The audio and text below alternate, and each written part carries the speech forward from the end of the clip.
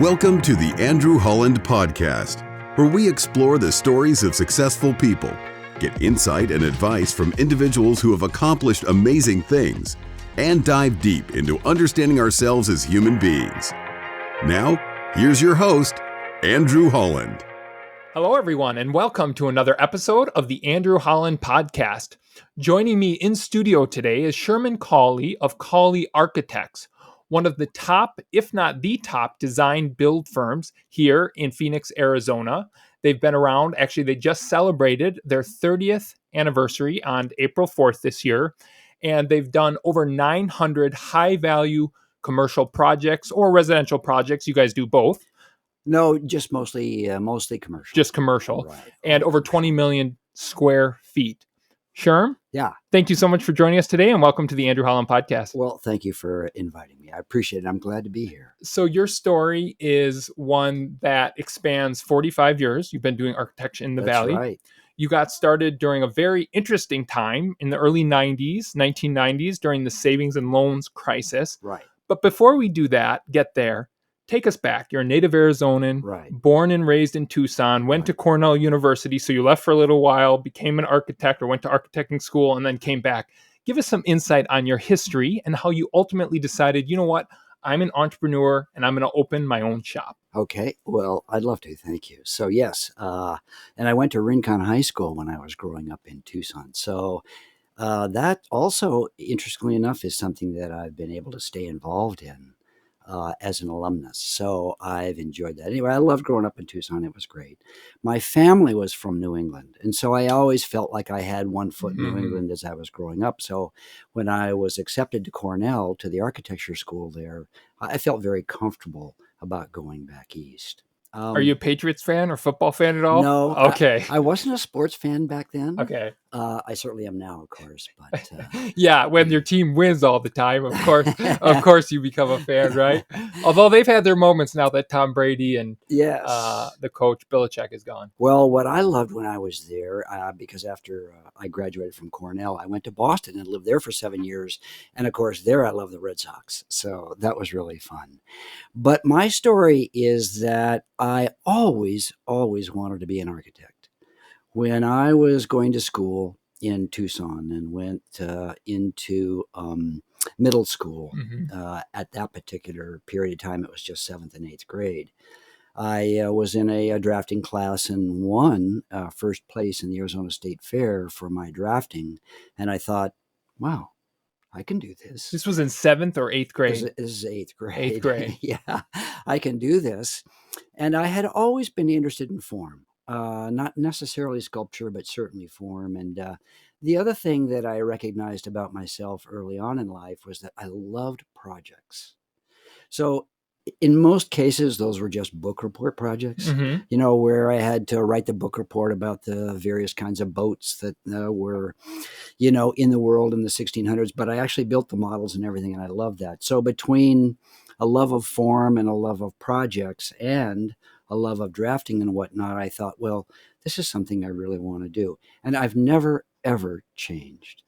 That's a huge blessing because a lot of people have to take many years. That's right. Including myself to figure out what do they want to do. So where did that come from? Were your parents engineers or? No, not at all. It probably came a little bit from my mom, but I really don't have a firm explanation. I just know that it's true. And it's always been true. And I've been very blessed. I mean, I really have had a wonderful career, and it's been so fulfilling that I feel vindicated by my original selections. Yeah, I think you did something right. I would definitely say. So you go to Cornell. Well, let me say that I did go to Cornell and had I succeeded very well in high school and got great grades and whatnot. And that's why I was, of course, accepted. But when I went to Cornell, I was completely out of my league. I suffered terribly there, to the point where I loved Cornell. I loved my friends. I loved my classmates, but I was not a good architect in school. I wasn't a prolific designer. And I struggled terribly to the point where when I got out of school, I really felt like I had no capabilities whatsoever. So this is an interesting part of my history. Yeah. Is then that I went to Boston because I was comfortable going there, and I was really looking forward to it. And for 7 years, I did everything under the sun except architecture. So I struggled. I was depressed at that time of my life, just emotionally. Because you always wanted to be an architect, you went to Cornell and you maybe I lost my way. questioned. I did. I questioned my ability and what it meant. And I was suffering from other emotional issues at the time too, because in your 20s, that's when you're growing emotionally anyway. They can be very challenging. Yes. So as a consequence, I got involved with a therapeutic community and a therapist. And long story short, I was able to really I was able to heal myself, and I was able to understand the root of, my own personal dilemmas, which I'm very, very thankful for, and always grateful for the associations and for the connections I was able to make in Boston during that time. I actually worked with an extremely innovative therapist who was wonderful, and to this day represents a sort of a psychological father for me that I've always really, really appreciated. And I haven't needed that for the last 20 years, but on the other hand, it certainly provided the foundation for me emerging and coming back to then Phoenix and getting started in what I always wanted to do, which is be an architect and work in architecture. Have a million questions about that period in your life, and we'll get to it. And the whole concept of therapy and why I think that is so important. Right, yeah.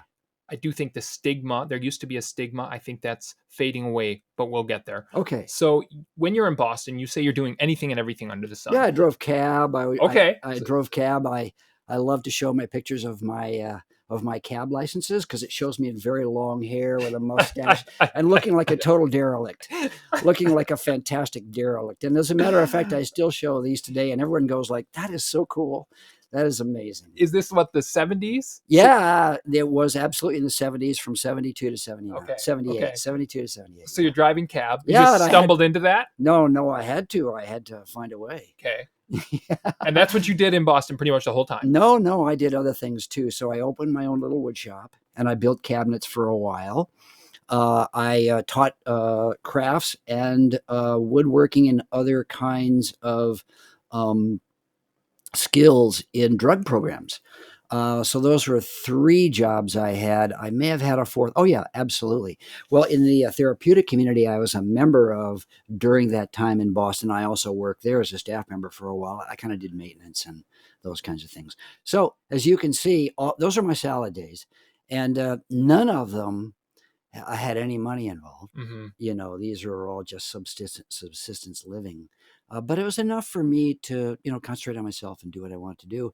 And like I said before, I had great associations, which I thoroughly enjoyed and love to this day. And you've maintained. Thank you. Absolutely. So you figured yourself out in your 20s. Yes. And that ultimately led you back to Phoenix, Arizona. Absolutely. Tell us about that, and then coming here and starting your own firm. At the very end of my experience in Boston, for the last year, I really did begin to interview in architectural offices. And there was a slight downturn in the market there. That would have been 78. So because I had been out for so long and was basically just a newbie, I just didn't get any offers. And I realized that if I did come home, that I would be a little bigger fish in a little smaller, in a little smaller pond. And that felt right to me. I came home for Christmas in 78 and looked at the job market in Phoenix and during that time, and flew back, and then picked up my car, threw everything in my car, came to Phoenix and got a job within 2 days. At an architect firm? Yeah, correct. Wow. So Phoenix was a lot smaller than Boston at that time? Oh, yeah, absolutely. Yeah. Okay. This would have been 79. So this is January of 79. Okay. Yeah. Come back. Right. And so then I got an apartment and started working, which was such a pleasure. It was so cool. I just really loved it. How did you get your mojo back for architect work? I never lost it. I never lost it. I never lost the thrill of being able to design and all of that. It's just that I just felt like I couldn't do it. And it was scary to me during that time when I was sort of kind of recovering emotionally. It was scary for me to put myself in that position where I was just unsure of myself. So it was more here than anything. Oh, You had the absolutely. skills and the capabilities. Yes. It was just you had to get this in the right spot to do it. Thank you. Yeah. Okay. I hadn't heard it explained that way, yeah. but that's exactly right. For those of you listening, I'm pointing to my head. Exactly right. Okay. Yeah. So you come back early, 78, 79. 79. I was here in January 79, got a job in 2 days, and worked in that firm for 13 years. What was the name of that firm? Design Lab. Okay. Still around today? No, it's not. Okay. But several of the members of the firm are still here in the Valley, and we like to reminisce from time to time. You work with them for about 11, 12 years. 13 years. 13 years, exactly. Okay. Yep. And then the 1990s come along. Right. How did you decide, you know what, I've learned what I want to learn, and I want to start my own firm? Another recession. Can you believe it? Our industry is so cyclical, and it's completely dependent upon, the state of the economy. And thank God for Phoenix's, emergence into a fully capable economy here that's competitive with all the other great economies of the West. When I started, that was not the case. Phoenix was completely dependent upon construction. And so as a consequence, when I was in the very early 90s, 1990, that was the start of the savings and loan crisis with that very famous developer who was a former governor of the state. What was that gentleman's name? You may remember. I don't remember right now. I don't either. Something like Cunningham or something. Anyway, he was involved in a lot of savings and loans kind of what do you say? I guess at that point they actually busted him on fraud. But on the other hand, there were probably 11 to 13 savings and loans associations in the state in the late 80s, but they all had bad loans and all started to go belly up. And by the time they were done in the early 90s, 91, 92, 93, there was only one savings and loan left. All the others all were absorbed through other banking institutions. Just through the federal government's efforts. And this was, of course, happening across the country in the early 90s, not just in Phoenix, but Phoenix was particularly hit. Because we were so construction, focused and dependent, it really hit us hard. So the firm that I was in really couldn't support me anymore. So as a consequence, they said, well, I'm sorry, this is the end for us. I said, well, that's fine. So here's an interesting thing. You ready for this? You asked me what was my attitude when I went out on my own? And I have thought about that and thought about that and thought about that. And I can tell you authoritatively, I didn't feel any anxiety about that. Why? I don't know why. I've thought about it, and I just thought, I can do this. I can do this. Do you think it's because you found yourself? Yes. During the 70s through a therapeutic experience? Yeah, and because I had great experiences during those 13 years working. I had created many associations. I had work I could rely on. I was confident that I could do it. You built your confidence. Yes. But here's such an interesting little anecdote. Here's a really interesting anecdote that I love to talk about and tell people about. My very, very good friend who I went to Cornell with said, who also started his own firm, he said, Sherm, you should absolutely do this, but I can tell you that the experience is a little bit like passing through a mirror. As you approach the mirror, the only thing you can see is yourself, and you have no idea what's on the other side. Isn't that a wonderful analogy? Yeah, it really is. And is it spectacular? I've never thought about it that way, but when I think about approaching a mirror, that's all you see is yourself. It's really all you focus on too. Right. But you have what to did he mean by that, though? Well, he meant that you don't really know what's going to happen. Okay. You cannot predict what's going to happen. You're out there on your own. You have to rely upon everything you've built to date, and you have to rely on your own skills and expertise. But the other thing was that the industry was in a recession, so there wasn't a lot of work out there. So I just went home for 2 years. I was a sole practitioner. I worked out of a Mm, small home office, okay. and I appealed to clients who were very interested in working with me because I was smaller and had lower fees and could work efficiently. Hmm. And that's what sustained me. And I also then uh, formed relationships with contractors, small contractors around the valley, and that sustained me for a few years. And so these were relationships that you had made when you were working at Yeah, yeah, Design Lab. absolutely. You Okay. bet. Yeah, Yeah, I was going to ask, yeah, oh, there's a recession. Great, let's start a business. yeah. Those Well, that's usually not a logical progression, but the way you no, just described it, start small. but There's still deals out there to be had, absolutely. and And slowly as a build. matter of fact, you need to be small and lithe and flexible and extremely efficient. Now, quite frankly, we saw a great deal of that 2008, 2009, Hmm. 2010.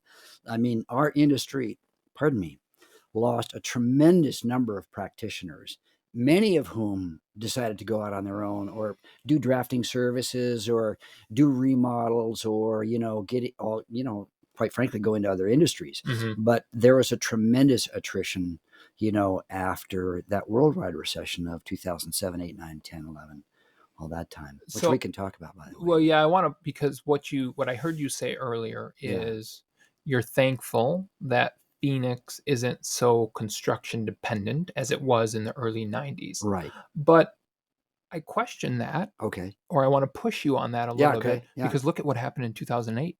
Who are the Well, that's what hardest started. hit That's what started it. areas in the United States? Florida and Arizona. So we Right. were still at that point very construction And dependent. at that point, we absolutely were, and that's why it hit us so hard. And it was a complete realization. Everybody in the valley, all the captains of industry, everybody who was an economic driver of any kind, all totally understood our circumstances, which is that we were a construction dependent.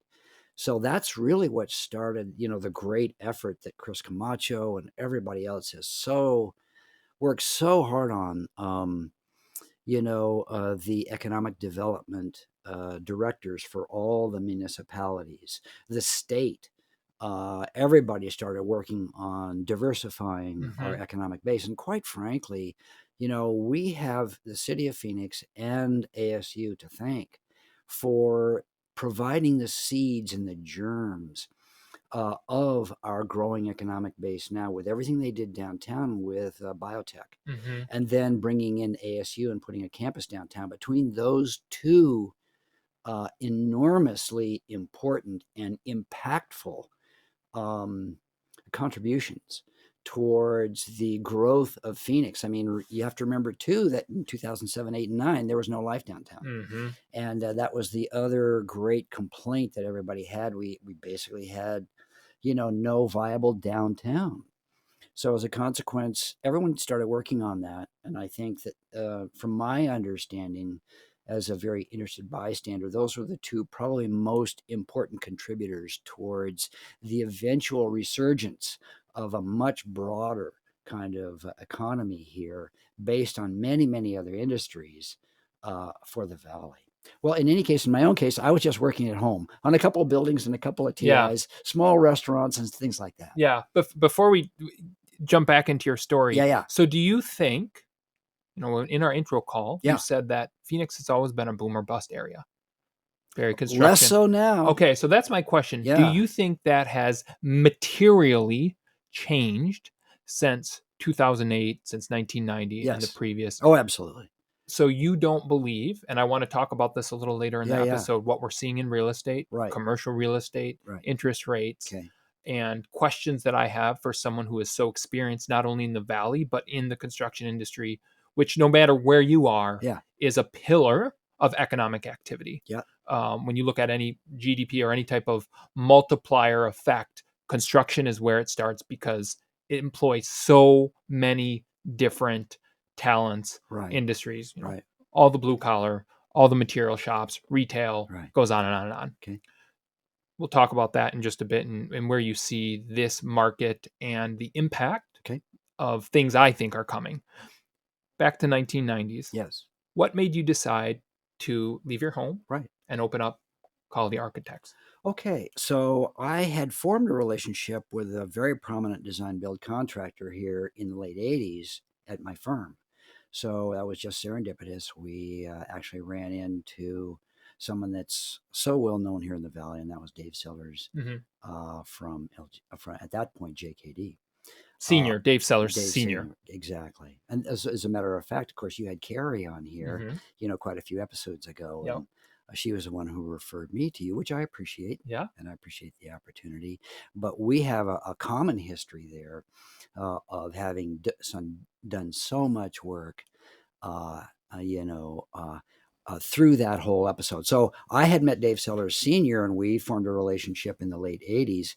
And when the savings and loan uh, recession hit, he just retired. He went somewhere else. He went to Colorado and got Mm. out of the construction business and waited and did other things. Well, he came back in 1994 Okay. because the economy had recovered enough so that there was actually construction going on. And he rebranded his firm. And then he reached out to me and he said, "Hey, I need an architect. I'd love to start something with you." And that was a thrill for me. So that's what brought me out of my own home. That was unexpected at the time. I would, yes, absolutely. He had reached out to me just before he came and said, "Hey, I'd love to talk to you. I'm starting again. I'd love to, put something together if we can." And I said, "Yeah, absolutely. I'm all ears." So we did in 1994. He started a small office. I got out of my home and started a small office, rented space and whatnot, and got an employee. And that was a start of a wonderful, wonderful 20-year run. So another thing that we have focused on that's so important to us is design build. Design build is an approach towards the built environment. Explain to our listeners what that means. Absolutely. So um, design build is a cooperative partnership under many, many forms between a design effort and a construction effort. So in this particular case, it'd be a design office and a construction office. So your architectural firm Yes, with a a, construction a firm. construction firm, a Right, GC. right. And is there a development company in the mix there Yes, somewhere? absolutely. As a client, Okay. so it could be a client of any kind. So it could be a user, like a single company that needs a new facility. It can be a developer who is very interested in developing a project either for lease or for what we used to call build a suit back then. And So the contractor and the design firm form a coalition together under a number of formats to enhance the process for the client, for the customer, for the small business that needs a facility. And the reason that this is a huge enhancement is then that it's very, very important as the project is developed as a design concept that it also be priced so that the client or the company that these services are for always knows how much this whole effort is going to That's cost. kind of important, right? Yeah, no, actually, and it's we pride ourselves in overcoming many of the kind of inherent fallibilities of a traditional services architectural office. And most importantly, through the design build process, because this is a huge area in the industry, less so these days because of the importance of the design build approach. Hmm. Hardly anyone will go to go to an architect these days, other than for a smaller project, and say, "Here, design me a project, and let's see how it turns out."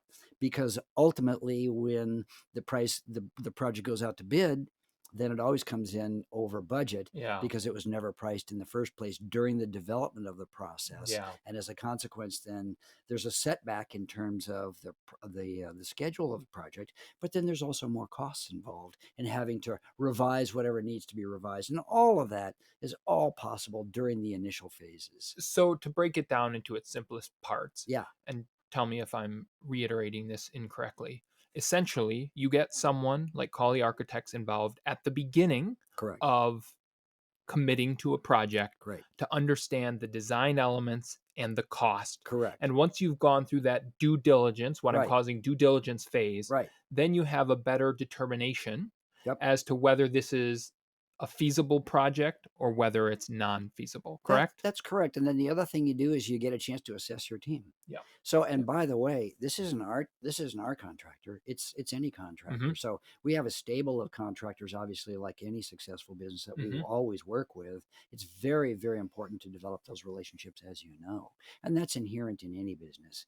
But on the other hand, we can make a recommendation for a contractor, or they can bring their own contractor, or they can poll the industry and use us as a resource, but talk with others to bring a contractor to the initial sessions. But the most important thing is the partnership. Yeah. What is the opposite of a design build firm?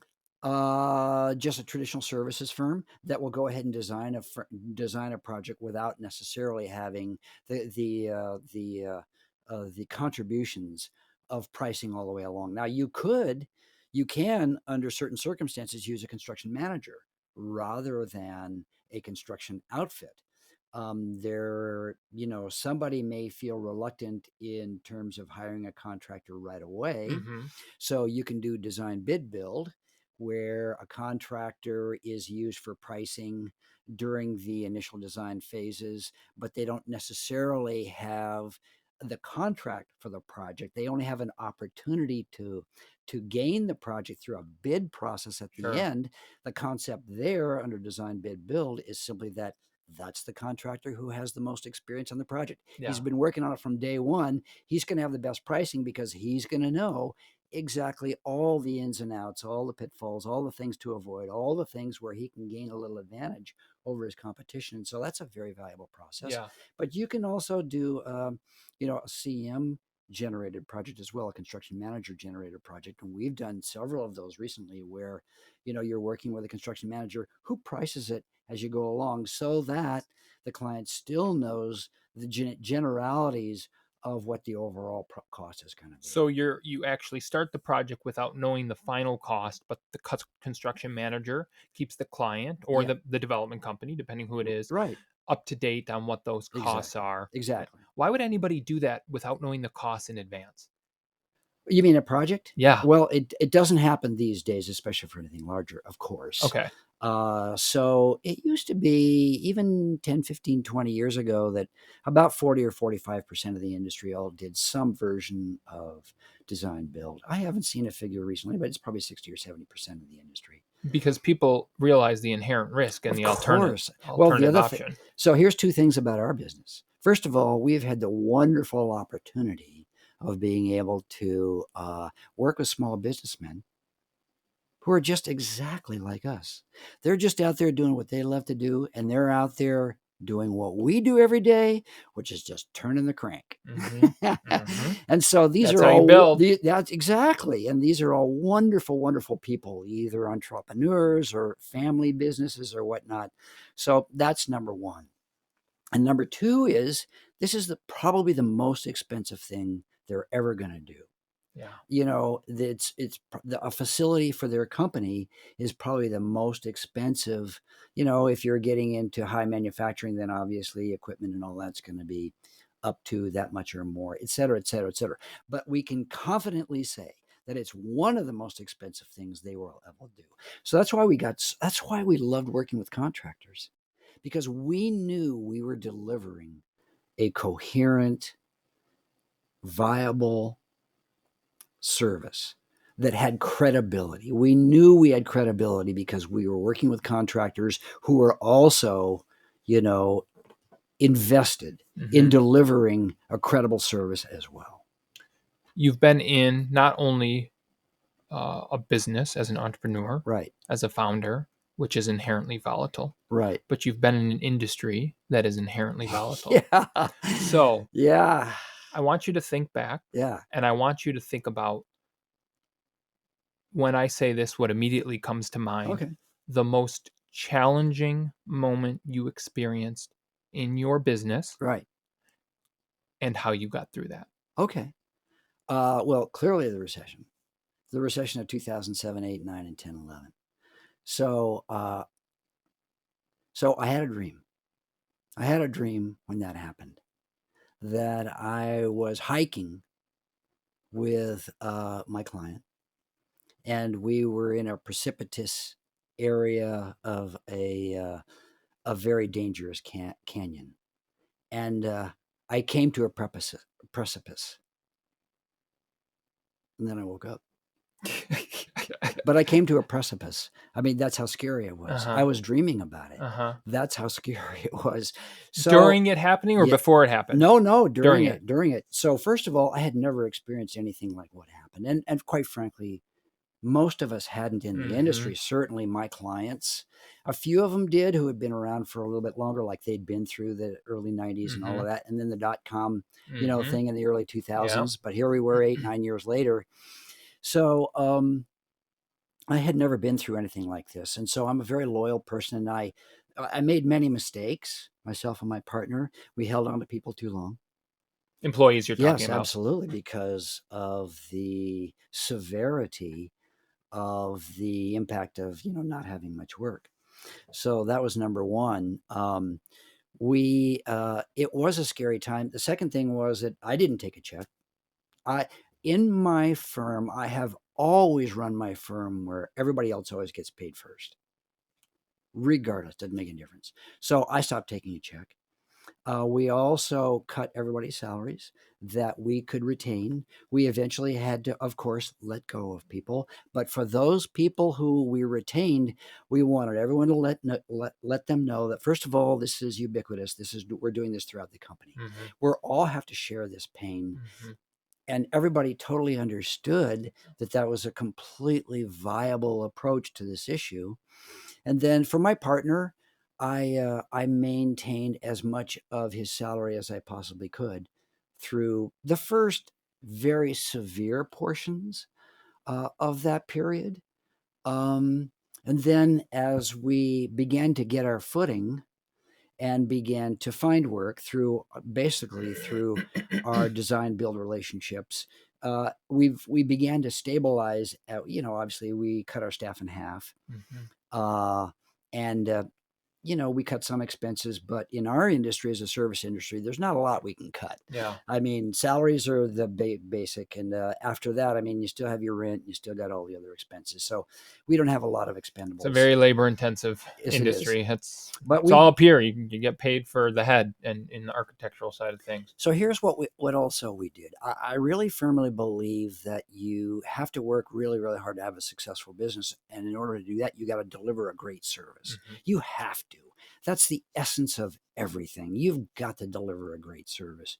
Well, we had a great reputation, and we had a really fantastic collaborative partner at that time, JKD had evolved into LGE, and they were, of course, one of the biggest design build firms around. And like I mentioned before, we had a fantastic run.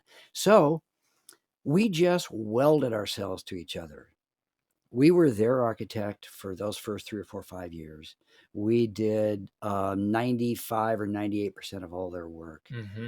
We negotiated with them on all the money that we lost due to clients that couldn't pay them, because at that time we were getting paid by LGE for our services, our collaborative services. That's inherent in many, many design build kinds of relationships. That was fine. We were happy with that. So we were extremely collaborative, and we were incredibly first of all, reliable and also available. So my partner and I, for those 5 years, we just sat in our offices, and we didn't have anybody drawing our preliminary drawings for our preliminary designs and our initial efforts. He and I did all that.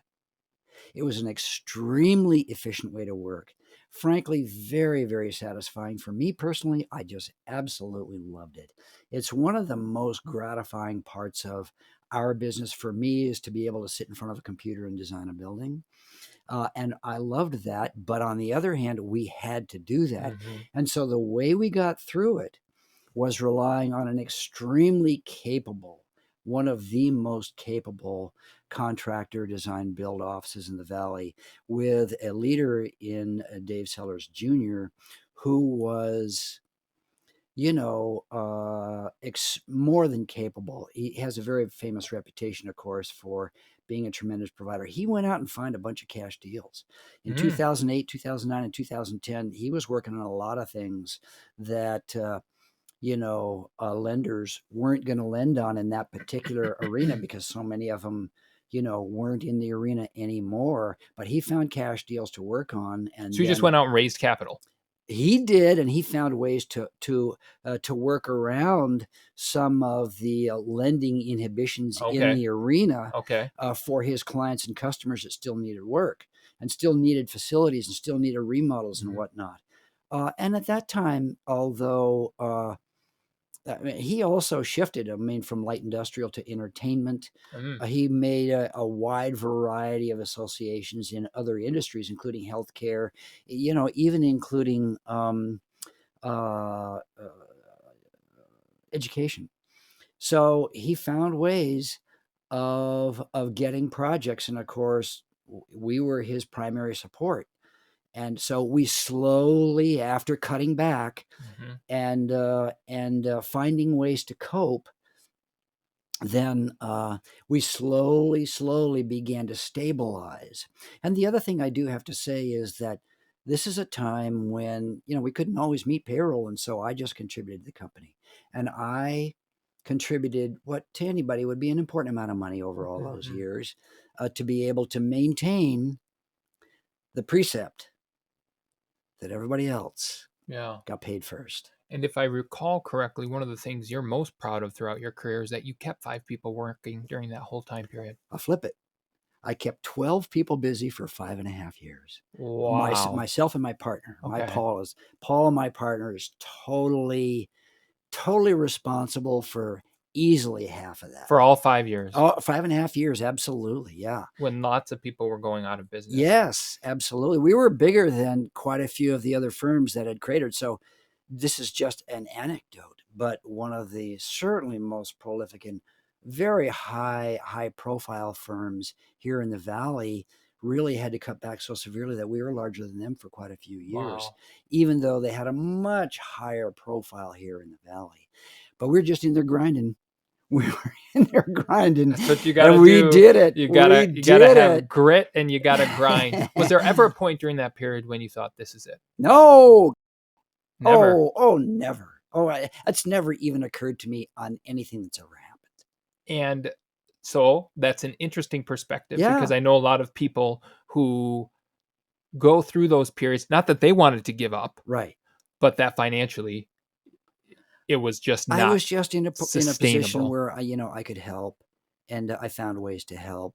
And actually, it wasn't easy for me either.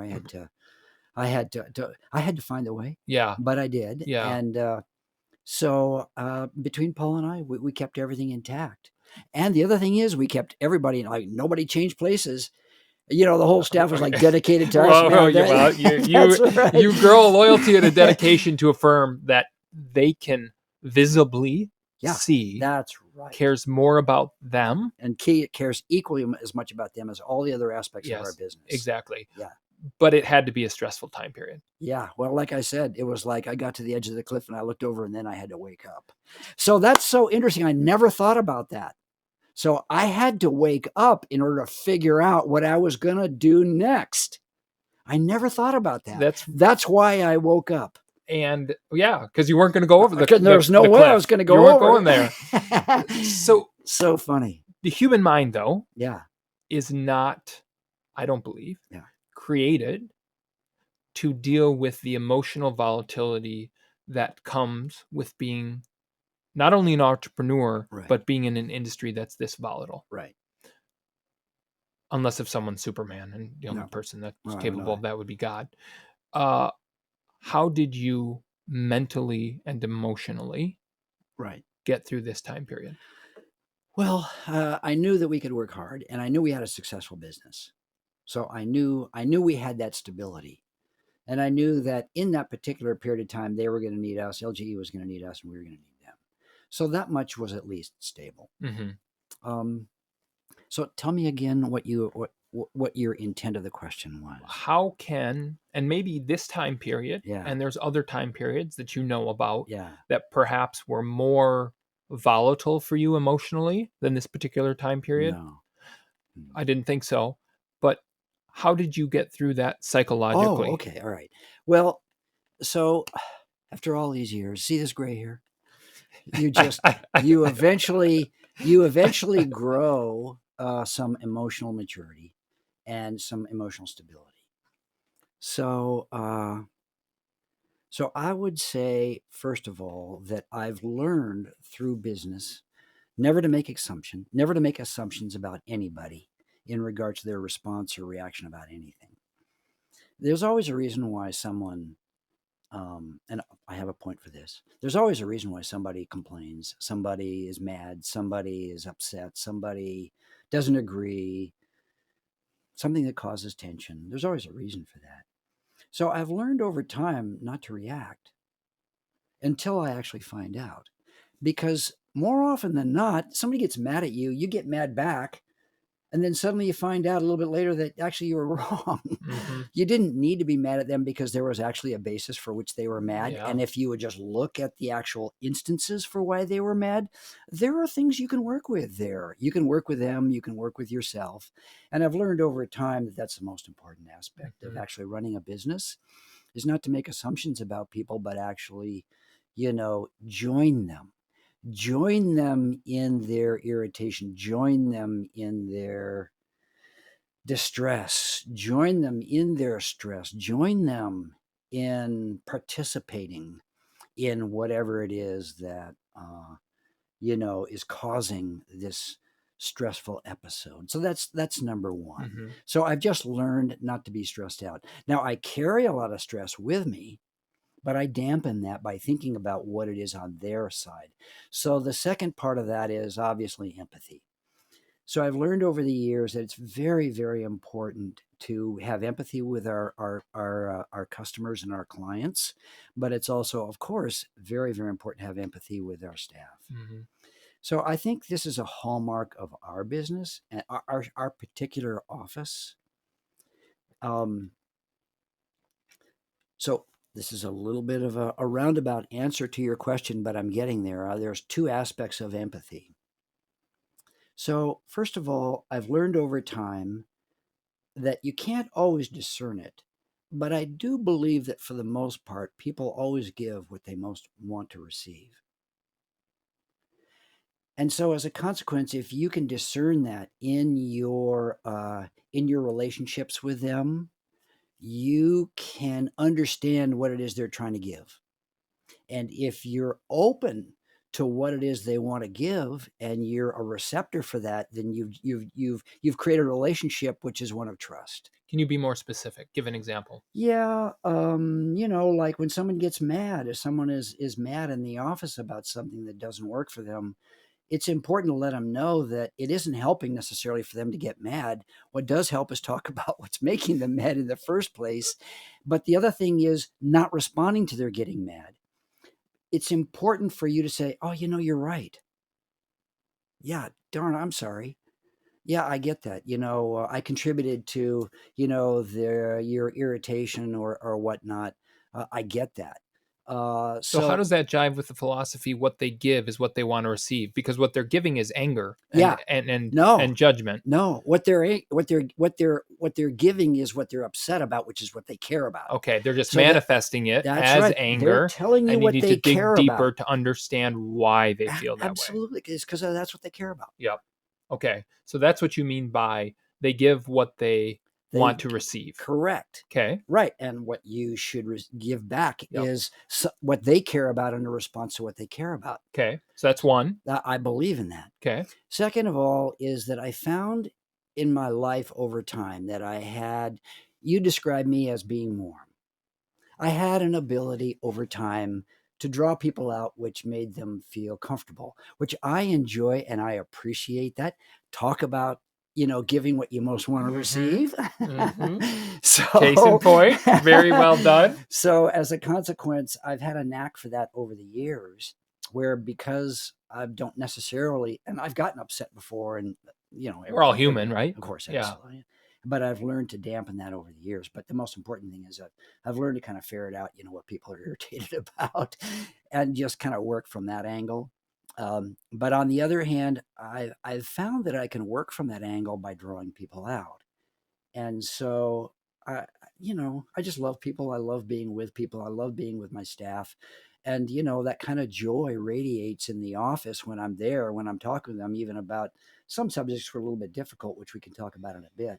But on the other hand, I think that the joy of being able to interact over these issues and have empathy with people and let people know that you're not necessarily upset about this, that you actually understand why they're upset, and you acknowledge that and go like, oh my, yeah, no, you're right, and show a little bit of response and show a little bit of partnership in that issue, whatever it is. And no one's perfect at it, and I'm not either. well, But I like to do yeah, this, and I think it's very, very important in regards to your essential question, which is how do I cope with stress?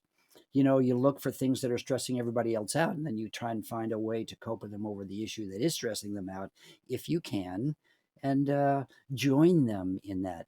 So here's the other thing about that. That also has a corollary in business. The great thing about being in our business, and the thing that I have loved the most in regards to being an architect and working on buildings for people and their companies, that's a very, very, very stressful endeavor. It's one of the most stressful things they will ever participate in the development of their companies. And I've always promoted, as best we can, the attitude and the approach that, hey, we're your partners in this. We're going to join you in your stressful endeavor, and we're going to take part of that stress. Most importantly, since we've got so much liability out there, we're going to share with you part of your risk. And how do you do that? Well, through design build, I mean, we used to pay for our mistakes for many, many years.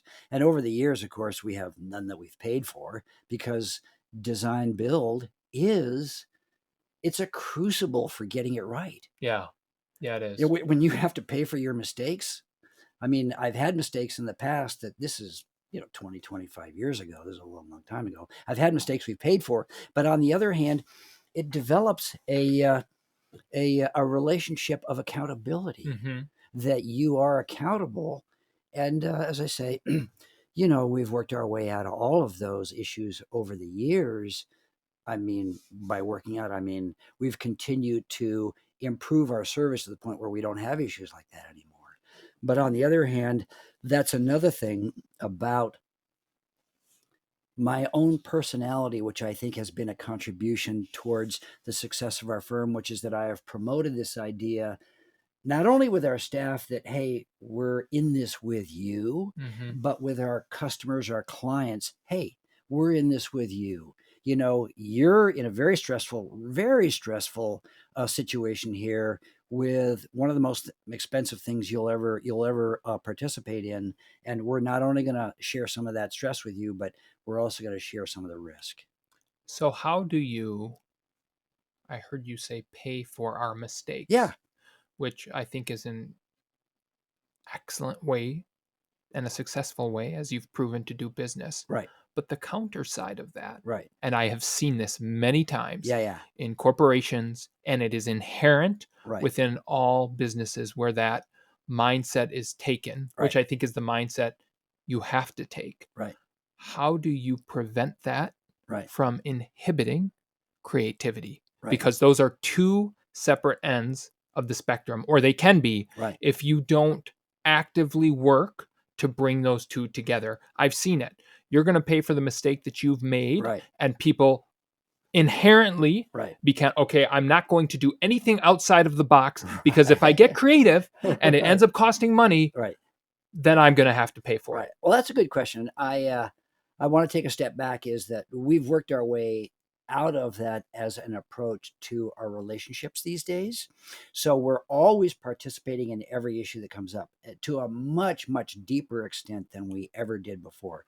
What I want to say is that all through our design build a portion of our career for 20 years, the contractor was responsible for construction administration. So they were the ones who solved all those issues out there. And as a consequence, we didn't really have much of a contribution in regards to monitoring and managing construction in the field. We Okay. answered questions and whatnot, but it was pretty minimal. Mhm. However, when we went out on our own, away from our design build relationships, and just started to have a much broader group of clients and work in many, many more arenas rather than just light industrial, we we actually started our own construction administration department in the Mm, firm, and okay. it's a 3-person firm that manages all of that. So we're deeply involved every day with questions about the actual construction of all of our projects, which is a great point of pride for us. We're actually one of the few offices, I think, in the valley of our size, small to medium, that actually has a dedicated, what we call CA, Construction Administration Department. And we're very, very proud of that. So the thing that you have to do is you have to limit your liability by not only focusing on a quality product which goes out into the field that's really going to be airtight, but then also has a specification with it and a wide variety of other criteria for procedures for actually constructing that. And we have evolved tremendously over the past 10 years in regards to our delivery of those kinds of services. It doesn't necessarily, to get back to your question of how does it impact our creativity, it doesn't. It doesn't at all. So over the past 10 years, we've brought on a couple of new architects in the office that are tremendous designers. And where my partner and I over the years are good designers, these guys are great designers. Mhm. I mean, they're really going to and have already completely enhanced our design profile in the office. I'm so excited for them because they are going to set new heights for design accomplishment in the valley. And quite frankly, we had a couple of award winners over the last few years. But in any case, it doesn't inhibit our creativity. For the most part, cost issues are just mistakes in regards to the actual translation of the creative idea into the technology it's Mm. going to take to build it. And so we're tremendous in our office by having created a feedback loop that is a huge focus for us in regards to how we deliver our services. So this is very technical what we do. Architecture is a very, very technical Mhm. business. It's very, very involved. It's actually quite difficult what we do. Oh, I'm in construction, and I Yeah, look at some of these plans, and I yeah, sit yeah, there, and I mean, as a matter of fact, I'll sit and study plans for hours, and I'm yeah. like, What are the who in the world wants to exactly do this right? for their? These people The, have to be absolutely crazy. we're not. We love what we're doing. But that's It's the so thing. You satisfying. love what you Of do, course, and absolutely. that's you And have to be able to go through that. thank you. But it doesn't inhibit our creativity. And the other great thing about design build is that you're working within a budget. So Mhm. we already know what the budget is. So we already know the parameters and the constraints we're looking at. So it doesn't inhibit our creativity. As a matter of fact, of course, as we all would acknowledge, if the more constraint you have, the more you're pressed to come up with creative solutions for a particular aesthetic or a design Mhm. vocabulary that expresses something within the vocabulary that you have. Mhm. And so, as a matter of fact, it doesn't inhibit or repress, uh, you know, uh, creativity, on the part of the designers in the office. It actually enhances it. So it's, once again, that's a crucible too, Yeah. and we're all responding beautifully to the crucible that we're facing in the Well, and that office. comes through experience for sure. Absolutely, One of the absolutely. one of the things I think you guys have done an impeccable job of, really as a model for many other firms, Yeah, large public companies, I dare to say, is culture. And you have this saying, yeah, all working is learning. right, Talk to us about how someone can instill that concept. Number one, what does it mean to you? right, And number two, how do you put that saying right, into practice? Because we've all heard fancy things about culture and our culture is great and we do right, this. I care about the reality right. and the practicality of the application of those principles in the day-to-day operations. Okay, so it's based upon two very key precepts. The first is that in order to have a successful workplace environment, you got to have a successful practice. You've got to really be good at your work. You have to deliver a successful product or project. or a service, I should say, a service or a product. So that's very, very important. And of course, we focus on that all the time. So that's very important. But that is key to understanding then how you create a successful workplace environment. So you got to be profitable. Yeah, you got to be profitable. I mean, that's what creating or delivering a successful experience or service Yes. means. You have to be profitable. Otherwise, you can't do Right. any of the things you want to do. That's correct. But even more importantly, you have to deliver the service as it's intended to be delivered. And it has to work towards the outcome that the client or client or customer was expecting. That's really the ultimate. And so as a consequence, some of our projects aren't all that profitable. We can all in business point to, Well, sure, of course. aspects. Overall, you have to be profitable. That's correct. That's what I'm That's saying. correct. Exactly right. Very good point. But the precept is you got to have a successful business. Then that contributes to a successful workplace environment. So the next thing is then that what we've done is twofold. So the first is that you have to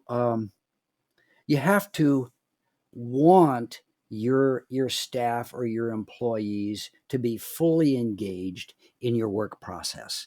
And we feel that the most important aspect about that is that anyone who comes to work with us should actually be working on their career first.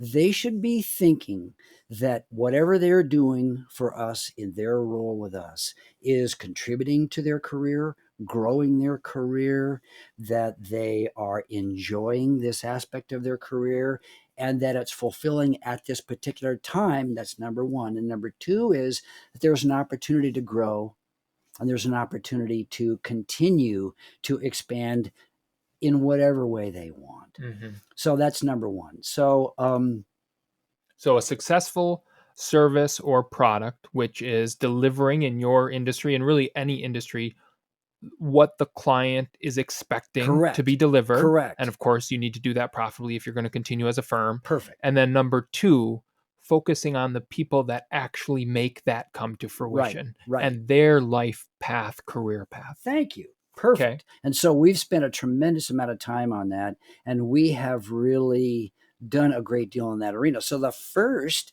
aspect of that is focusing on the individual, not the service, but just the individual. And we want them to be as deeply engaged in their own careers while they work for us as they possibly can be. So here's what we do in that regard. The first thing is, of course, when someone comes on board for a particular role, we not only show them, of course, the job description we expect them to perform on, we show them the job description to the level above them so that they get an understanding That's great. of what it is that we feel that they should be capable of if they succeed at their particular level. That's number one. And number two is that we promote that regularly. So we have yearly reviews just like every other office, but we also do something else, which is that we have one-on-ones. So we're a studio-driven office. We have 5 studios. We have those studios are managed by our studio directors, who are either associates or principals in the firm. And about every 6 weeks or so, they'll get with their entire team, one-on-one, 15, 20 minutes. And this is a conversation that is strictly driven by the staff member. There's no agenda. The studio director is there just to listen and to absorb. And so this is an opportunity for a staff member to complain about their neighbor, complain about their director, complain about their principal, complain about the hours, complain about, this, that, the other thing. But they don't do that very often. What they do complain about is, you haven't given me enough time on this project to finish it the way I really want to. Yeah. We hear a lot of that, and that's such good feedback. It's very important because it's contributing to our slow understanding of what it takes, for them to do their job and what we can do to give them the resources they need, in order to succeed at what they're doing. Because quite frankly, they work on 90% of the projects. We only look at the first 10% and the last 10%. And even then we're not going to look at, every little detail. of what they do. Mm-hmm. These are the coordinators in our office who draw projects Mm-hmm. and who coordinate and pull the projects together. But after our one-on-ones, where we're managing and we are touching base with them on how they're feeling and issues that they have, then it's our responsibility as leadership, the studio directors, to actually respond and get back to them on, hey, we can do this, we can do that, we can do the next thing, so that people feel like they're being heard. Mm-hmm. So that's something that we do. The next thing that we do is that ultimately, when you grow through the ranks of being a person who, is a coordinator in our office, and that's an AIA designation for someone who draws and pulls buildings together and works with the consultants, the other engineers, and the other collaborators on our projects, and works with the clients, and works with the cities, and works with the contractors. They can eventually grow to be architects. So in our arena, of course, we're licensed, just like doctors Mm-hmm. and so many other professionals. You can become a licensed architect either by getting a degree and then working for a few years in the field, or you can work in the field for many, many years and still become eligible to become a registered architect. Mm, And as a consequence, we have promoted that heavily in our firm. We are a subscriber to a service that provides all of the written materials to take all of these registration tests, and they're the ones who provide the practice tests and do all that. And we started out with 6 or 8 people in our firm who were very interested in that, and it's dwindled to 2 or 3. But on the other hand, they're still out there, and we're still pushing them. So mm-hmm. there's always a way to evolve and to grow in our company. The next thing is we have an associates program. So not only can you grow as a professional in regards to the delivery of a particular service in a particular role, you can grow in regards to your contribution towards our firm as a leader and as our mentor. And we have 3 associates in our office right now who all were, started as those coordinators and have grown into, frankly, studio director roles, 2 of the 3, but also equally as importantly, into a role that's acknowledged as a leader and as a mentor in the firm. And then finally, we haven't mentioned this yet in our discussion today, in our conversation, but our firm is actually going through a transition right now. So my partner and I are on a retirement path. We are ultimately going to be retired. We're going through a transition right now. And 4 of our leadership team are going to become the leaders of the firm. Well, they were the previous architects who were doing all of the designing and all of the mentoring and all of this and all of that. Well, now they have new roles, which has created a whole nother level of opportunity for people in the office, to rise up into. So you have to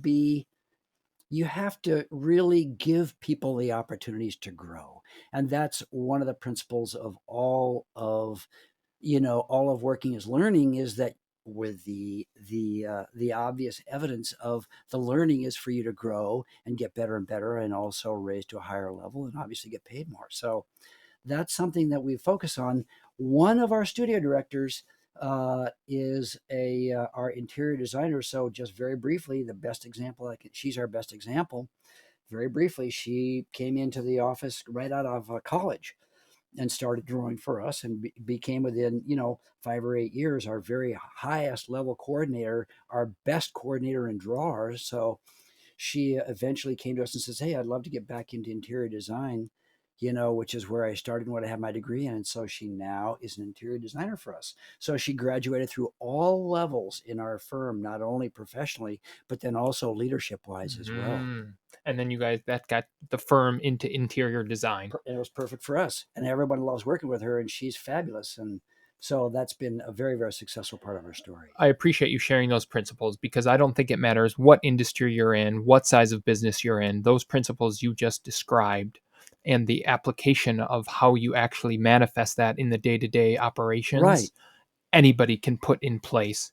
And that's how you build a long-term successful company, by having those foundations there. Thank you. I want to take it, we've talked a lot about the construction industry, Right, yeah, and yeah. kind of the industry in which you're in. And I want to broaden our scope a little bit, Okay. and just talk about entrepreneurship and business in general. Yeah.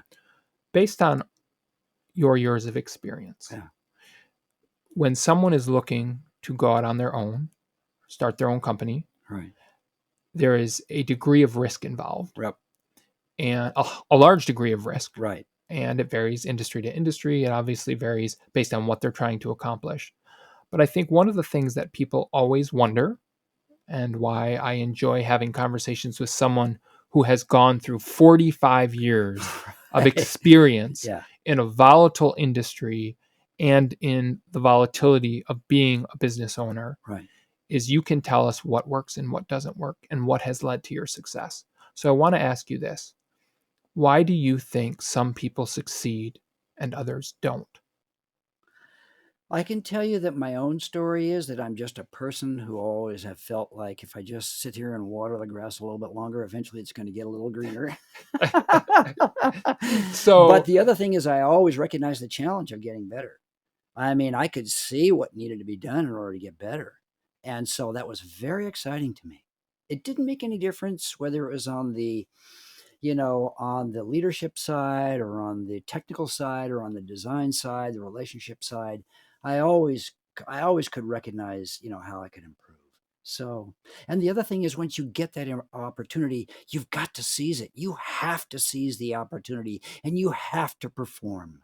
You have to. It doesn't make any difference what it takes. You have to perform. But if you can get a foothold in your initial effort, and find a client, a customer, a patient, whoever, who is going to understand that you've delivered, something that, first of all, they may not even have expected, but most importantly, gives them confidence that they've received the service or, the product that they really needed or wanted, then you can build off that.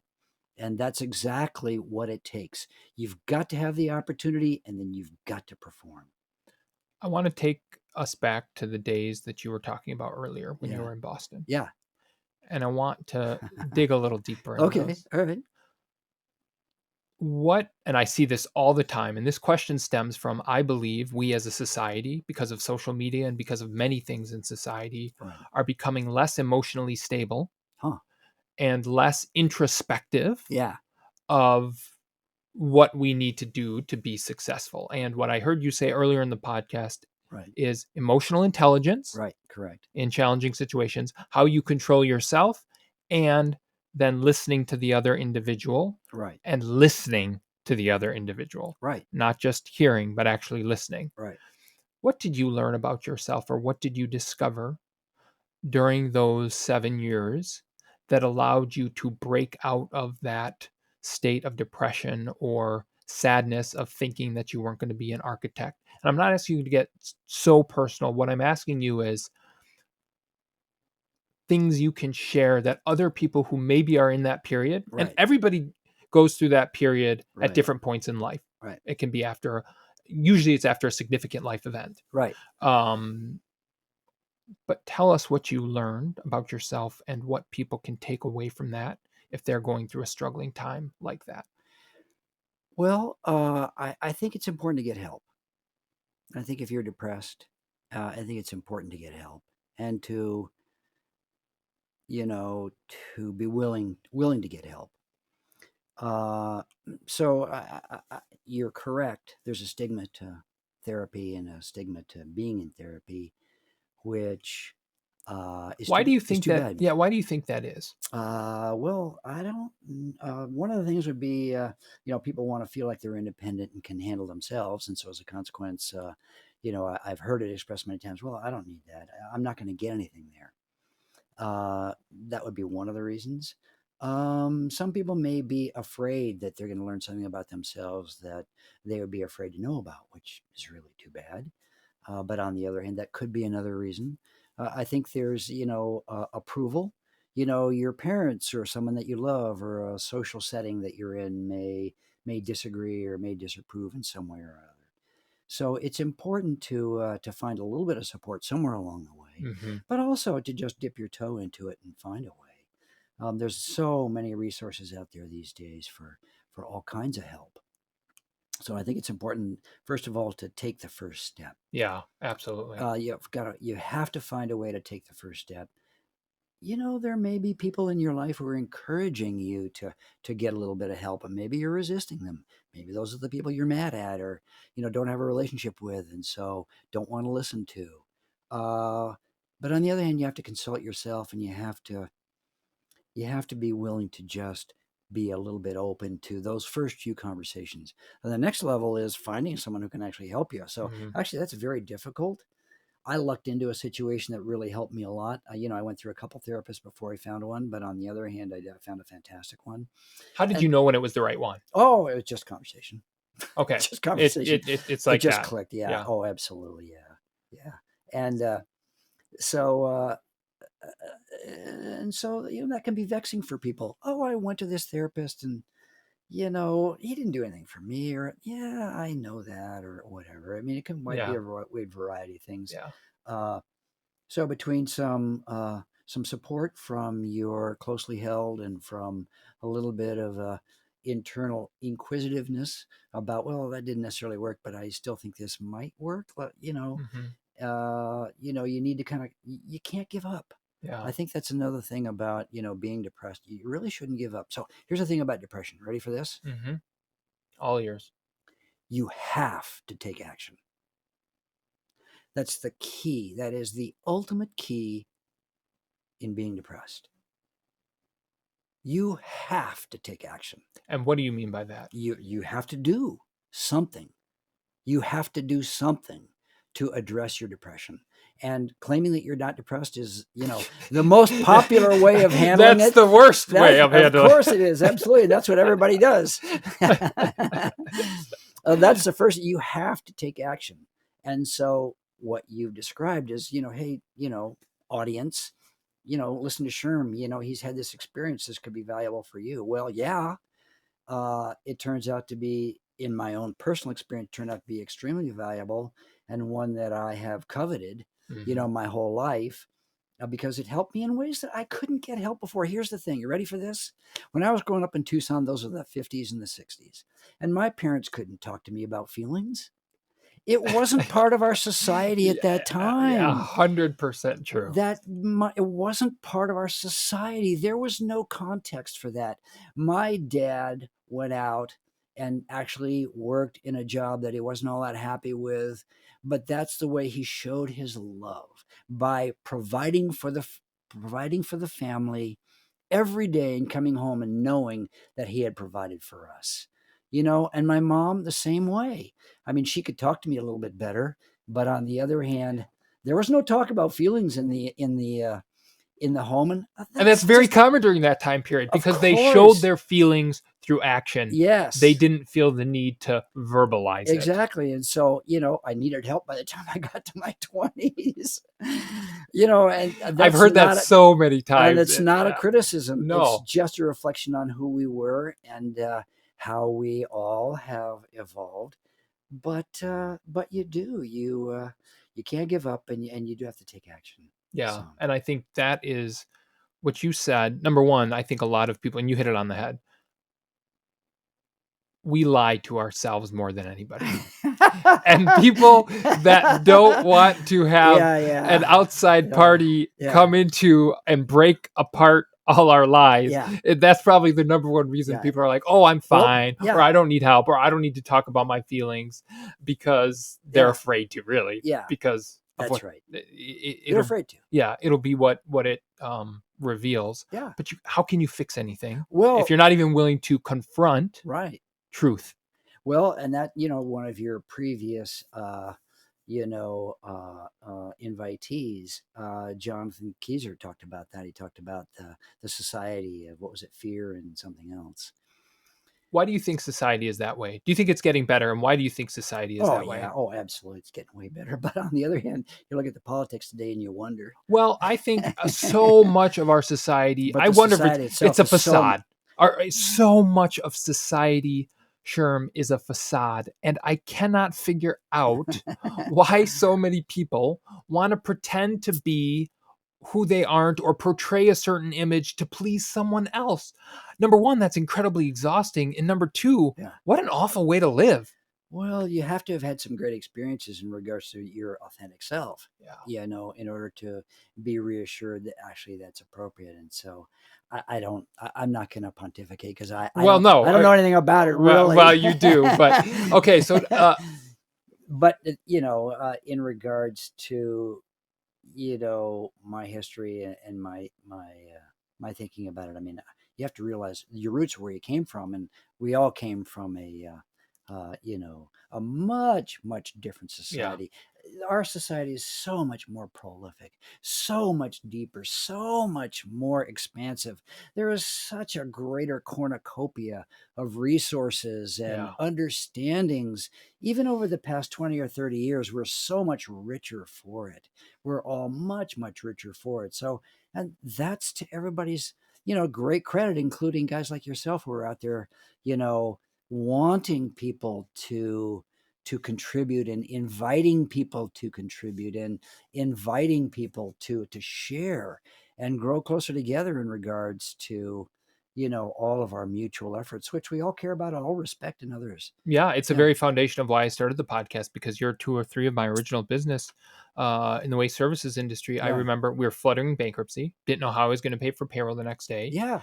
and there was all this weight and fear of what claiming bankruptcy meant. Right. And Right. there's a million people around you, but you're all alone. Correct. And I vowed, when I had the opportunity to start something that could act as a support system for people to share, Ta-da. I would do it. And this is the Well, manifestation of thank that. you. Well, thank This is a you. great opportunity. Yeah. It's And fantastic. I think we in society don't value enough, and I think we're getting better, the wisdom and experience that individuals like you, who have done so many things and been through so many different economies, so many different periods of technological advancement, Right. so many everything, can provide. And so Well, that thank leads you. me to my next question. Okay.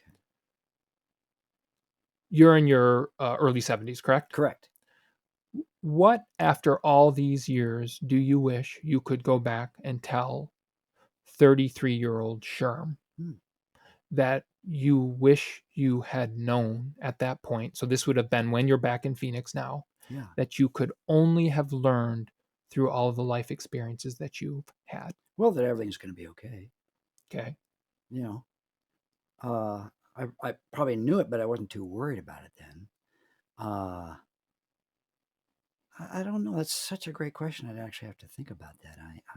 I don't know. I mean, I think I've over time accumulated the kinds of things and the kind of little nuggets and the kinds of insights that I've been describing with you. And thank you for drawing them out. I appreciate that. Uh, so I don't know that there really would have been anything. I certainly know that there wouldn't have been anything that I would have changed. Uh, I think the oh well, here's one thing. So here's actually a really cool thing. I knew it would come to you. Okay. People say, I've heard that response many times. We're like, I don't think, and they're like, oh, Yeah, there's something. yeah, there is something here. So here is a wonderful reflection. So I have a family. I have two boys, and they're out on their own careers, and they're married, and How old are they now? they're in their mid to late 30s. Okay. So you have grandkids? No, not Not yet. yet. Okay. Yeah. Oh, that's still an amazing part in your life. Oh, At least yeah. that my parents would tell me that Yeah. you have to look forward to. So thank you very much. But they haven't selected a very, very important part of their lives that was inherent in mine. So inherent in my life is a tremendous work ethic where I have sacrificed a great deal and always worked a great deal.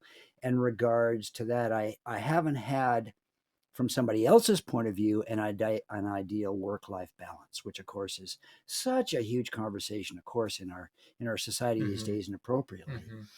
I just plunged myself in. Now, I happen to have one individual aspect of my life which really helped me there, which is not available to everybody, and which I was able to convert to a successful way of working and living. But I was actually a single dad for 16 years. So my former wife and I had a co-parenting arrangement where I had the boys for a week and she had the boys for a week. So I actually had a week to myself. Mhm. And I had relationships during that time too. But for the most part, I was able to devote myself to what I really cared about, which was architecture and doing a great job. Mhm. So so I have worked a tremendous amount in my life. So if I had anything, I probably should have turned around. I could have turned around because I've made sacrifices in my life which others enjoy and I have fewer of. And that's like a community of friends that you spend a lot of time with. Like, I'm fun to hang out with, but I don't hang out with a lot of people. Mhm. And other people in their work-life benefits, when they have a work-life benefits, when they have a family and they're an Work-life intact balance is what. Thank you. Yeah. But benefits. Oh. It was a Freudian slip, but an appropriate one. There's benefits to the way other people's live their lives. Like my partner and his family and many of my associates and all have a very healthy kind of work-life balance where they're enjoying their friends on weekends and they're going out and doing things. And, myself and my wife, she's been so patient, so understanding with me. We have a great life together, a wonderful life, but I still work a lot. And so I think that would be the thing. Now, my one boy has made a complete life decision that doesn't interest him at all and has a wonderful solution to that, which I'm so proud of. My other boy is getting into a very heavy professional relationship, which requires a great deal for him. That's beginning to stress him out because why? Because he saw what I did over my life, and both boys never complained. They never dissed me for this, and they always respected me for what I did. But on the other hand, they're going like this. Yeah. No, thank you. Hard pass. Yeah. Hard pass. Thank you very much. So thank you for asking that question, because I reflect on that regularly. And I think, if there was something I could change, I really should have changed that. I should have had a broader, kind of a group of friends, people we spend time with and spend effort on that too. Don't you think you would have been less successful professionally speaking had you done that? Well, yeah, that's true. Because I work-life balance is important. Yeah. And it's obviously a huge topic. Yeah. But one of my favorite quotes of all time, Yeah. particularly relevant to this Yeah. conversation, Yeah. secularly speaking, is from Jack Welch. Yeah. No longer around, the former CEO of General Electric. Yep. GE. And he said there's no such thing as a work-life balance. Well, good for him. There are work-life choices. Yes. Okay, that's great.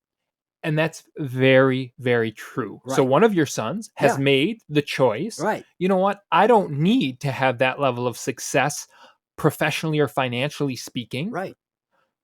Because it's going to be at the expense of an incredibly full, enjoyable personal life.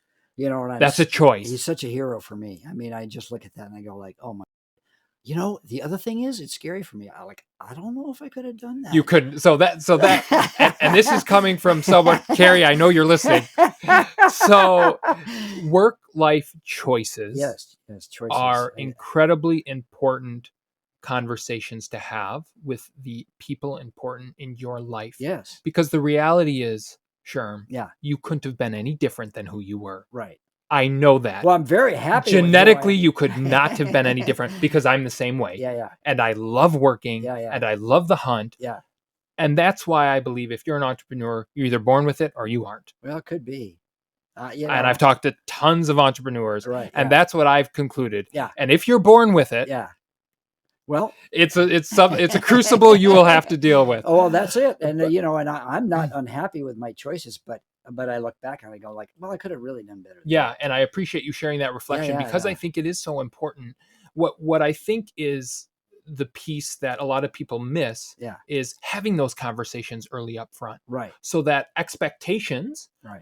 Whether it's your parents, your grandparents, your spouse, your families, children, your families, your friends, the people important. I remember in my 20s when you're supposed to have all these friends. Well, I was growing a business and that was 120 hours of my life. Right. So people just stopped contacting you because I know he's never going to be able to do anything. Right. And then you get to your 30s and you're like, where did all my friends go? Exactly. But that was a choice that I made, and I'm Right. not sad about that, but that is a choice that you made. Right. So I'm glad you brought that up, because I think it's pertinent to everybody who's thinking about starting a company or being an entrepreneur. Right. And even those people who are in it. Have you had those conversations? Right. Because that's where you can set expectations and prevent problems later on, Yeah.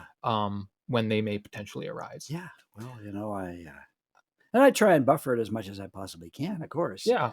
And I've done fine with that, but And it's different for everybody. Yeah. What works for one family doesn't work for another That's right. family, and what works for That's one entrepreneur, but it's figuring out what works for you. I think that's what's important. Well, thanks for asking the question. Well, yeah, I appreciate you sharing that honest, authentic response, because Yeah. I think a lot of people Mhm. are afraid to reflect on things as personal Right. as, you know what, I would have maybe done this differently. But I Right. think most people who have been as successful as you are, Right.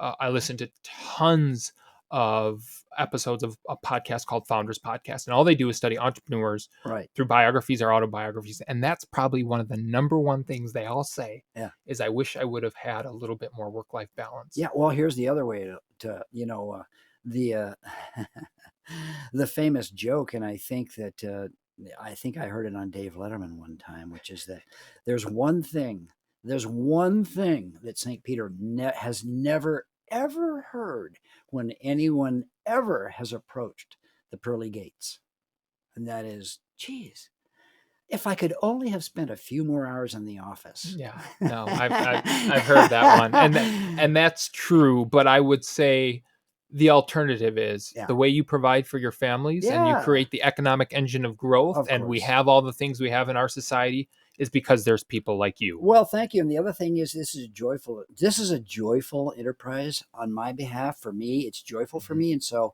I think it's also very important to impart that joy, be part of the joyful aspects of what we do together, and promote that and draw that out, because, it's certainly been gratifying for me, and I want it to be gratifying for everyone that I'm associated with. Yeah, I mean, if we're going to work that much in our lives, Oh, hopefully there's some enjoyment of there, course.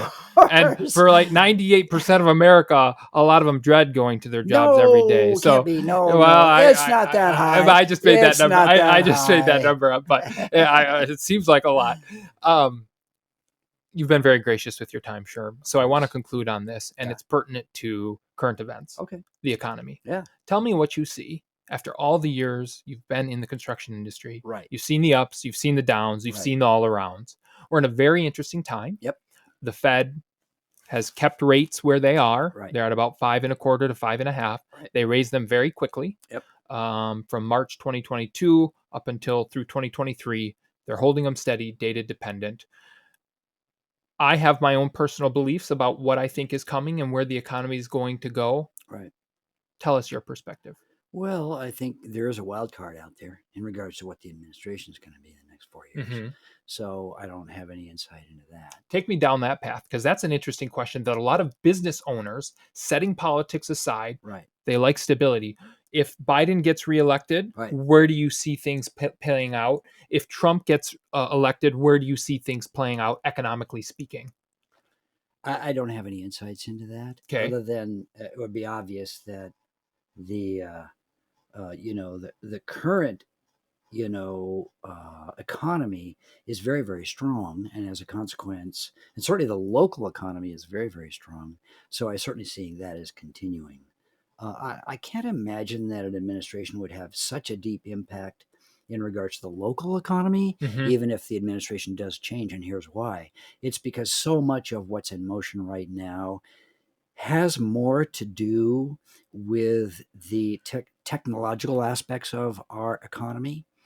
We're seeing a tremendous influx of technology and technology-related companies these days into the valley in every avenue, whether it be food processing, data centers, manufacturing, of course, TSCM and everything that's coming on, in regards to chip manufacturing and whatnot. And of course, the administration has played a vital role in supporting that. Mm-hmm. But that's going to be immune to necessarily policy changes. The only thing that could really hurt the economy is some kind of recession. And that's, of course, an open question that we seem to have danced around. And That is the question. Yeah. Is a recession coming? I wouldn't know. I wouldn't know, but I can tell you that Short term, I don't even know. It certainly seems like it isn't. And also, I do want to point out that the real estate industry, of course, has weathered the pitfalls of the increased, interest rates in regards to the impact on especially speculative projects. But the industry has weathered that, and Thus far. thus far, exactly right. And we don't see that as changing. For instance, inflation is not going up; it's stable. They want it to come down, but on the other hand, it's not going up, and there's no It's sign. starting to tick up the last few readings by 0.2%, 0.3, which is why the Fed, Right. it was previously thought they were going to cut rates at their Right. June meeting, Right. maybe 3 times, and they paused that. Right. Now there's less likelihood that they're going to do that at the June meeting. But don't you believe that in the long term, Right. just financially, mathematically, Right. you look at the discounted cash flow model to value anything. Right. When you raise rates Right. as much as we did, Right. inherently values have to come down in the long run. And that's fine. But on the other hand, there's still a tremendous, in our locale, there's a tremendous influx of capital. Billions, hundreds of billions Mhm. of dollars are coming into the valley and are being programmed for growth and expansion here because of a number of aspects. First of all, no natural disasters. Mhm. Okay, huge. Cheap electric rates, Mhm. a great workforce, and great workforce economy that's going to continue to grow. Mhm. So here's what GPEC says about the Valley, which is all I know about, and that GPEC, is what is that? the Greater Phoenix Economic Council, Oh, okay. and they are the leading driver and facilitator, more importantly, facilitator for economic growth here in the Valley. Okay. They're the ones who have reached out to all these companies in California to relocate from California. And they're okay. the ones who field all of the initial questions coming in from every company around the nation that is eyeing Phoenix as a landing spot for either new endeavors or for growth opportunities. Here's what they say. So we're going to continue to grow at 100,000 people a year for the next 10 years, for the next 5 decades. So that's it's 1 million people a year for the next 4 decades. Now that we're into our 20s, could be even 5 decades. That's 50 years. So that's going to be 5 million people. That's going to double the size of Arizona over the next 50 years. And there's so many reasons for that, including the broader economic base now that the Valley offers, and all this tremendous rush of new industry here into the Valley to support, what the Valley has started in terms of bioenergetics and biomedicine, and these other technologically oriented firms and companies, and then also look what the universities have done and education and everything. So we've really diversified, but the growth is going to be here. And look at the tremendous influx and the new development of multifamily, for instance, and the growth that's going on, and we have room to grow. So, and the water, by the way, is not necessarily a limiting factor. We have to manage it, but we're better at managing the water than other states. And parenthetically, as the state has continued to say, there's always enough water for people, just not quite enough for agriculture. And so there's going to be a slow turning over of agriculture to people and industry slowly over the time. I never figured that out. Let's go to one of the hottest places in the country that right. already has water problems, and let's have agriculture be one of our main industries. And what? But it was one of the main, and by the way, let's have international countries be the ones that are leading the agricultural for. I mean, common sense here, people. Right. Okay. It's slowly turning. It is turning. Yes. As a necessity, just for the growth that we're getting from different industries. Right. What weren't people saying the same thing in 2007 and 2006? Perhaps so, but they didn't see the bust coming and the recession. So I'm not an economic but you've had a lot of experience, and that's why I turn to people like you who have seen these before. Okay, I would say there's 2 things that I am worried about. Okay. These are one of which is absolutely going to happen. We just don't know how. Okay. The other could happen, and we also don't know. But the first is that our growth rate in regards to assuming debt nationally is growing asymptotically. So it's not growing That's a on a good straight word. line. It's growing at an asymptotic curve, which means that it's growing increasingly quicker the more we borrow. So recently we passed the threshold where now we pay more, for instance, for paying off our debt, for instance, than we spend on the military and Our whatnot. debt service requirements, service just the requirements. interest costs. So so that is absolutely going to come. It's coming. I don't know, I'm worried for my firm because they've got a 15 year runway Mm-hmm. with the next leadership group. And so, there is going to be a time that the entire country is going to be facing some kind of a crisis in that regard. And I don't know how that's going to work and how it's going to be managed, but that's coming. We're going to have austerity measures. Austerity measures. And the other thing is then that, there's so much pressure on, Social Security and Medicare and all the entitlements. So I'm not an expert. I don't know. But on the other hand, I can tell you, like everybody else knows, it's unsustainable. That's all I know. It's unsustainable. So if you That's were number one. if you were president, right, what do you think are the actions we should take? Well, again, this isn't a political question. This is simply an economic question. Well, just getting a bipartisan agreement. And the Republican Party has continued to try and get something done on this area many, many times is, limit spending to 1% or take 4% out of the federal budget and all the departments and stuff like that. So it's got to be some kind of bipartisan. But at the same, effort. But it has to be a recognition and a realization and an acceptance on both sides. Because everybody take partisan politics out of it. Right. The last 4, 5, 6, 7 administrations have spent.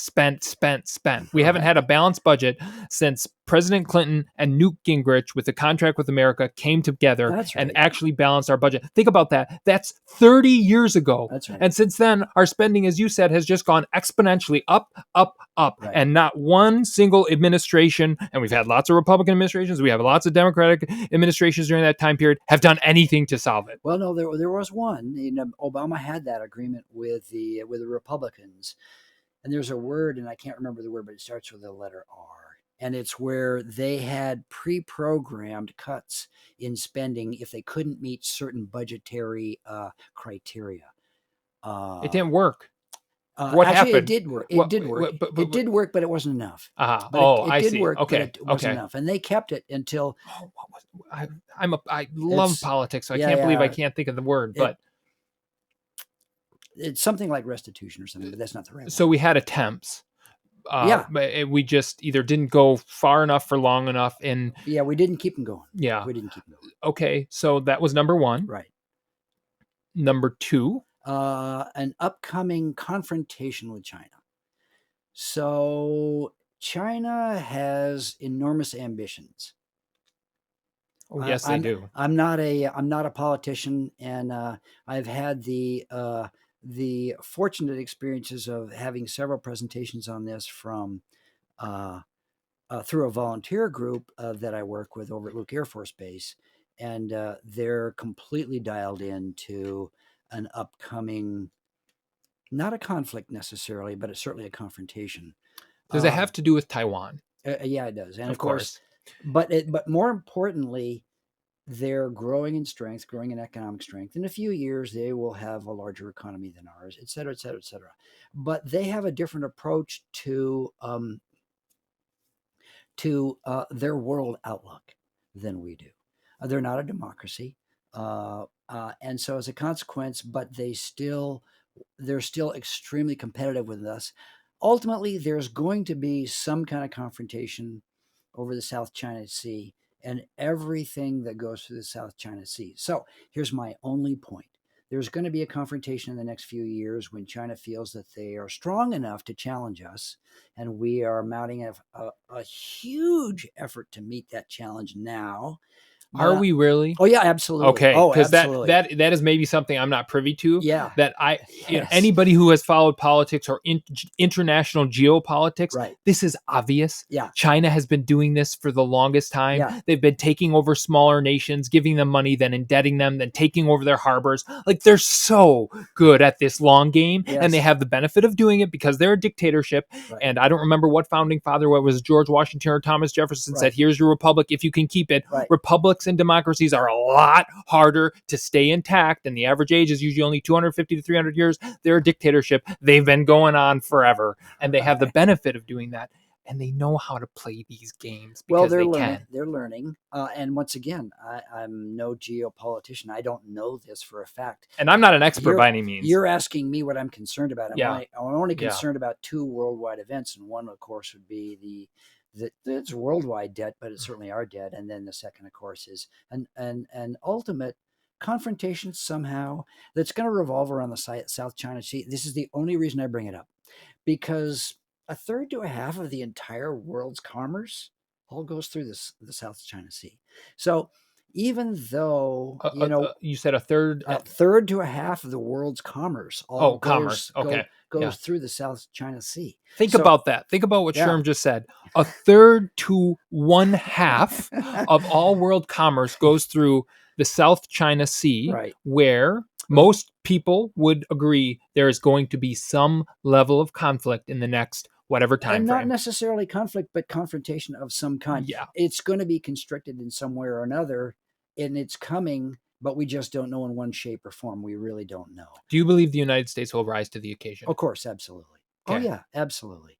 And it wouldn't make any difference what administration is. Well, is no, in they're going to be, place. regardless of the administration, they will be forced to address whatever conflict comes in, that no matter who it is. Correct. And so my only concern, the impact on us, is that so many of the goods that we rely upon, and so much of what we rely upon for our daily lives and commerce and whatnot, would somehow ultimately be constricted. So look what the U.S. is doing. We're trying to reshore many of these critical industries that we all depend upon, and there's a huge push to reshore as much as we possibly can. Well, all that's in the right direction, and so I think it's a great point, and I think those two looming conflicts or crises are ones that we can still deal with now. Yes, we could. But if we wait too long, it's going to get they just get worse. Like any problem. You ignore any problem, it doesn't go away. It just gets worse and worse. Right, exactly. Sherm, this has been incredibly enjoyable for me. Well, thank you. Hopefully the same can be said for you. Absolutely. I thoroughly enjoyed it. We've covered so many topics. Is there any final topic or words of advice or anything you want to share with me and the listeners that we haven't already talked about? Yeah, just one thing, which is that our firm, which I've had the pleasure of being involved in over all these years, is going through a transition. And not only is this our 30th year that we're celebrating, but my partner Paul and I are ultimately going to be taking even a bigger backseat. And the new leadership in the firm we're very, very excited about. They all come from other firms and have other experience that they're contributing towards our health and our growth as a company. And I'm very, very excited for them and their future. And what we've decided to do as a group is to form a different, our firm is going to actually have a different structure going forward. And we are going to be an employee-owned company. So I'm so thrilled to be able to tell people as we go through this process of transition that we'll be an employee-owned company, and that all the staff members of the company will ultimately be entitled to stock, which they will have earned and they will deserve, and that we'll be able to form a retirement plan, an important retirement plan in conjunction with and adjacent to their current 401ks that they currently have. And I'm really, really thrilled about that. It's a wonderful evolution of our firm that the new partners have all contributed mightily to. They are the prime movers of all of this effort that we've all contributed to over the last 10 years. But so excited to say that we are going through a transition and that we're going to be an employee-owned company. Yeah, and I think I'm glad you brought up ESOP. Yeah, Employee stock-owned plan is essentially correct. what you're going through. Right. And so for our listeners and viewers, basically, Sherm and Paul own the company, and they are now transitioning to an ESOP. Right. And you're working with the principal group to do so, correct? Correct. That's correct. And it's an incredibly powerful, motivating, and incentivizing way to transfer the ownership of an entity, right, as you've described, right, so that those who carry on the legacy of the firm have a greater degree and incentive to do so. Correct. And I think I'm seeing more and more of that happen, quite frankly, because people realize all the tax benefits, and there are a lot of great tax benefits. We're not going to talk about them, neither one of us are experts on those. Right. And just from a logical way, when you can get people incentivized, where as they contribute, they benefit, and grow with the firm. What better way to transfer ownership than something like that? It's a perfect vehicle for us to carry on what we started this conversation with, which is buy-in. Getting the staff members to buy into what it is you're accomplishing together, but also finding ways and reasons to stay involved. Remember, we started the conversation with, we want people to be here working with us at a time when they feel like they're doing the most for their career. Yeah. And what better way to not only have the satisfaction of seeing these projects, get built, and participating in that, but then also getting the additional benefit of some of the profitability into a retirement account for themselves. So I appreciate you bringing that up. And it's something, if you're someone who owns a company and you're not sure how to move forward, that might be an option for you. Of course, you've got to consult the appropriate professionals. Right. Sherm, thank you so much. This has been fantastic. We appreciate you coming in. Well, thank you very much. I certainly appreciated the opportunity. It's been a pleasure for me too. It's been a lot of fun. Yeah, that's right. A lot of fun. Thank you for listening to the Andrew Holland Podcast. Never miss an episode by subscribing to and liking our YouTube channel, the Andrew Holland Podcast, and by following and liking the show on your favorite audio platforms. Be sure to connect with us on X, formerly Twitter, A Holland Podcast. That's A Holland Podcast, so you can interact with Andrew, the team, and our guests throughout the week. Thank you again so much for listening. Have a great day, and we'll talk again soon.